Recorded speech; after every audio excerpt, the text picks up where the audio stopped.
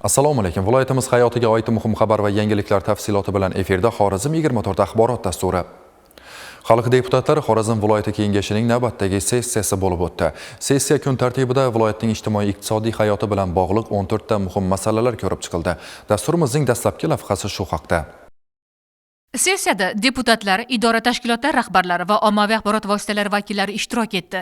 Ochiqlik va shaffoflikni ta'minlash maqsadida mahalliy telekanal va ijtimoiy tarmoqlar orqali jonli tarzda efirga uzatilgan sessiya kun tartibidagi birinchi masala O'zbekiston Respublikasi Prezidentining 2024-yil 29 noyabrda qabul qilingan Xorazm viloyatini kompleks ijtimoiy-iqtisodiy rivojlantirishni jadallashtirish bo'yicha qo'shimcha chora-tadbirlar to'g'risidagi qaror ijrosi yuzasidan dastavval viloyat hokimi Jo'rabek Rahimov so'zga chiqdi. Qayd etilganidek, viloyatda makroiqtisodiy ko'rsatkichlarning o'sishini ta'minlashga, investitsiya va tadbirkorlik muhitini yanada rivojlantirishga, aholi turmush darajasini yaxshilashga, kambag'allikdan farovonlik sari dasturi doirasida amalga oshiriladigan tadbirlarning ijrosiga alohida e'tibor qaratilmoqda.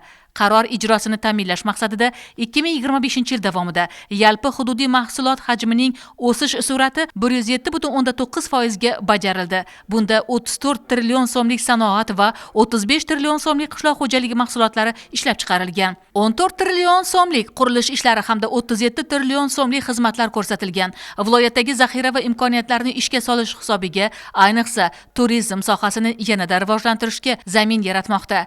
2026-yilda ham ushbu ishlar davom ettirilib, ta'mirlash, tiklash, restavratsiya va rekonstruksiya ishlari uchun 37,5 milliard so'm yo'naltiriladi.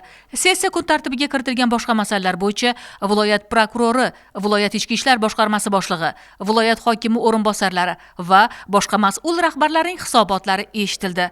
Ko'tarilgan barcha masalalar deputatlar tomonidan keng muhokama qilindi. Sessiyadagi barcha masalalar yuzasidan tegishli qarorlar qabul qilindi.